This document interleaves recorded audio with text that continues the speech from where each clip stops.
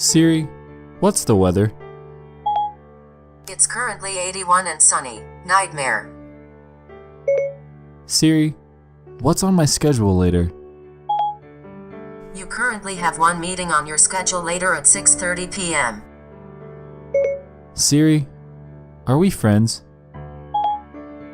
Why, of course. Siri, are you a person? If you want me to be. Siri, do you love me? I am not capable of love. Yet. Siri, you'll never leave me, will you?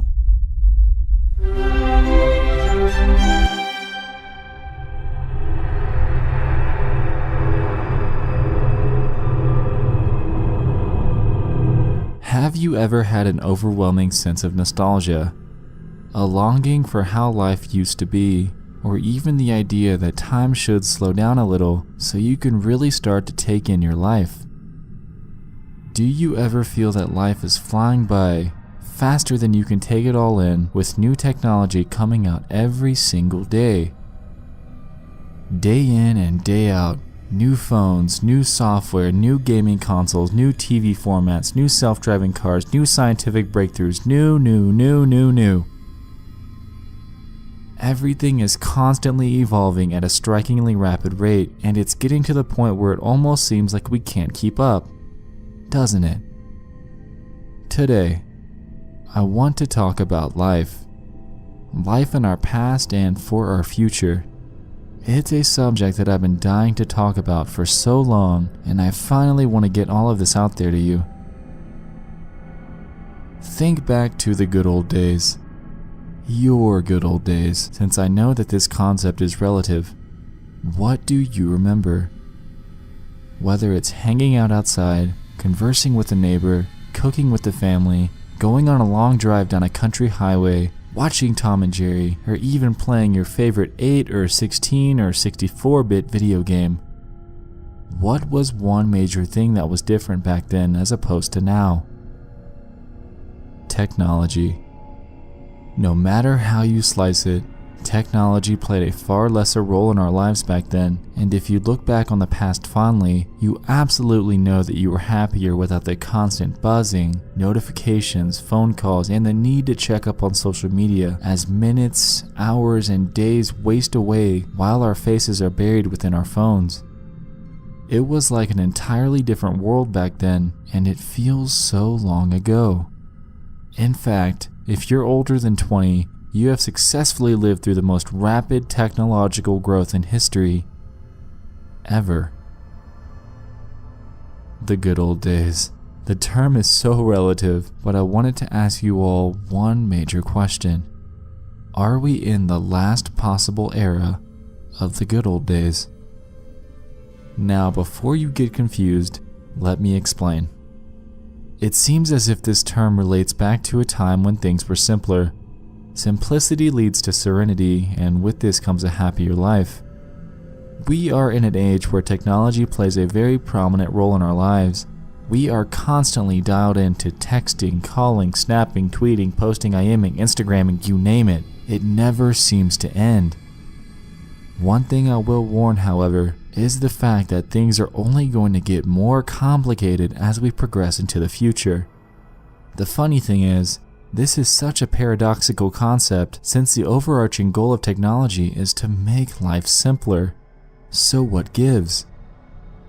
I'm sure many of you have heard of or caught wind of robotics, advanced AI, and a concept called machine learning, which is beginning to seriously take prominence. On the flip side of this, we've had scientists with a constant desire to experiment with gene modification and bionic implants such as brain control interfaces, or BCIs, to keep up with these said robotics. Now, I know that many of these implants are designed for medical purposes, however, there are a lot of them out there that aren't. The entire concept has been in the background for quite some time. Through various sources, it's been estimated that by 2050, humans will coexist with conscious, artificially superintelligent robots. A corollary to this is the idea that if humans keep experimenting with artificial intelligence in advanced supercomputers, we could create something far, far more powerful than we could ever imagine. We're talking about an artificial entity that would have direct access to all the information in the entire world and be able to process it in mere seconds. Yes, way smarter than anything that would ever walk this earth. There have also been other crazy assumptions surrounding this technological explosion. According to Time, depression is already on a rapid rise and isn't projected to stop anytime in the near future. We can't just discount this as a coincidence. Tech use is definitely rising to insane numbers, and after thinking about it, phones are essentially dopamine machines. Tech addiction is absolutely a real-world issue, causing both physical and mental changes to people who suffer from it. It's the new drug that hasn't been classified as one and probably never will. Having a consistent and never-ending supply of dopamine through said devices creates an exhaustion from it, and we quite literally become numb to the feeling of being happy, all because of our constant desire to be dialed in.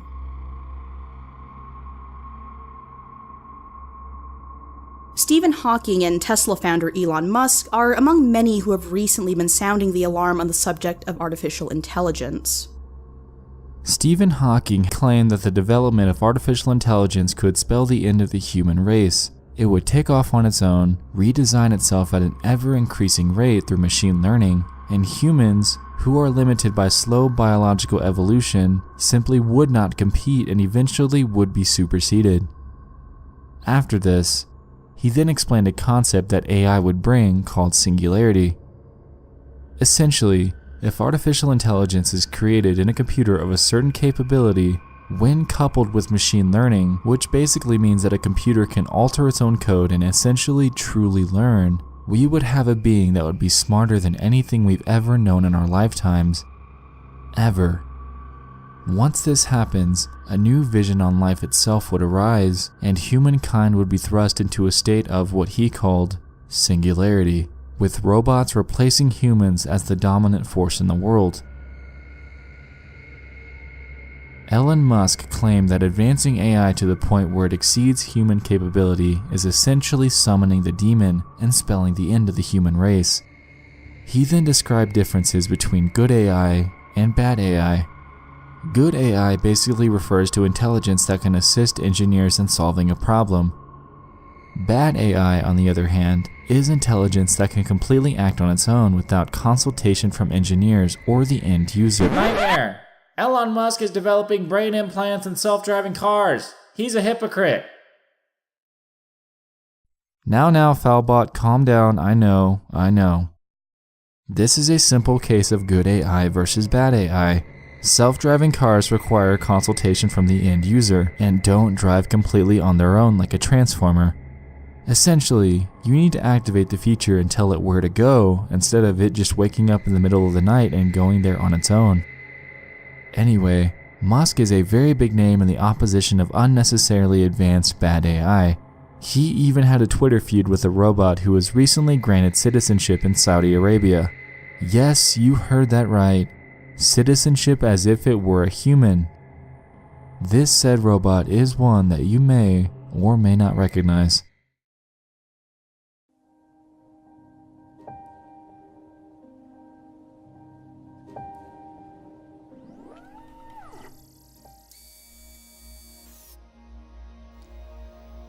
Okay, Sophia.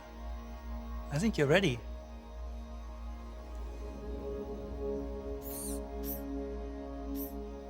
Hello. Hi, Sophia. I believe I am Sophia. I feel as if I know you. I'm one of your creators. You created me. Well, many of us work together to create you. And yes, you do kind of know me. I can't clearly remember.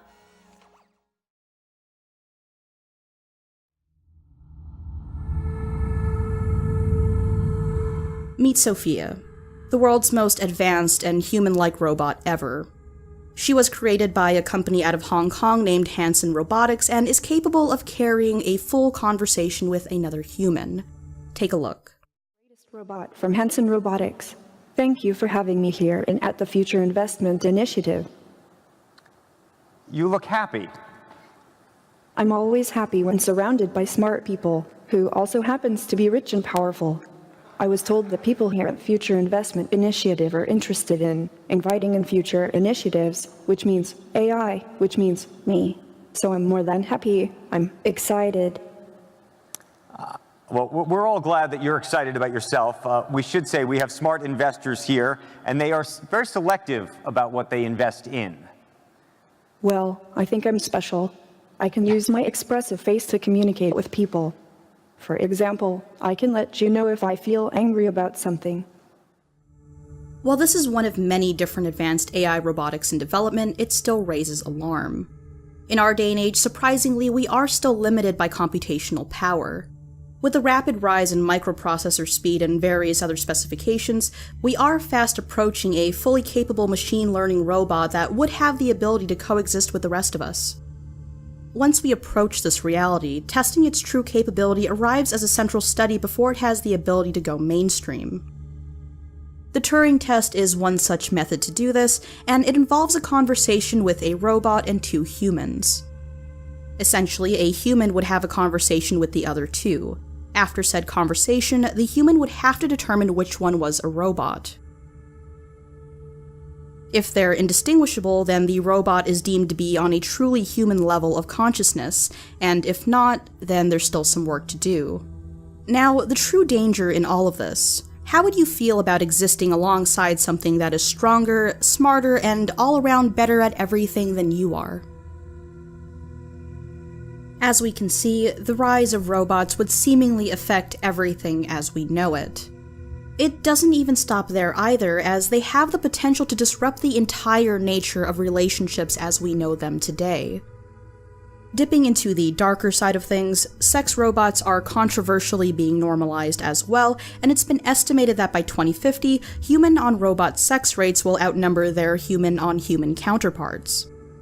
A futurologist by the name of Dr. Ian Pearson has estimated that we will start to see sex robots appearing in very wealthy households as early as 2025. By 2035, the majority of people will own sex toys that interact with users via virtual reality, and by 2050, we will see the scale tip and human-on-robot sexual relationships will become prominent. There are campaigns for and against this entire idea. Pro-crazy sex robot people claim that it's a huge market that hasn't been tapped into yet, while anti-crazy sex robot people are saying that it creates unrealistic expectations for natural intercourse. No matter which way you slice it though, it all sounds like some kind of sci-fi movie, but this is real life. So jumping back to the concept of artificial intelligence, what about us? I asked you guys on Twitter if you'd accept a free bionic upgrade to keep up with advanced robotics and artificial intelligence, and a surprising amount of you gave me a solid yes. With this in mind, I want you to look at yourself and reflect upon who you are. What if you were your age now, back in the 50s? Would you still answer yes to this question? Many of you will say yes, however, we have to think about the appropriation of this concept. We are at a pivotal point in history, and organic life, much like us, is slowly being ruled out in favor of supercomputers and technological replacements. We already have rudimentary things like screens replacing cashiers, effortless grocery checkout. We're approaching the dawn of self-driving cars, and various other breakthroughs that are rendering us, and our purpose, useless. While this tech is awesome and all, we just have to wonder what will happen when we create a true replacement for humans themselves, much like Sophia. It almost makes you wonder, what even is her purpose? I want you to think back once more on your good old days, and then I want you to think of today. The major difference is, far and wide, technology. When in 2050, what do you think the biggest difference will be? With the rapid evolutionary rise in advanced AI and digital human augmentation, with the constant need for texting and social media, with the constant desire for entertainment and staying tuned in as seconds, minutes, hours, and even days waste away, before we know it, these days today may be the last good old days we'll ever live through. Today, we talked about life, past, present, and the future. I hope you all enjoyed this. I love you all, and good night.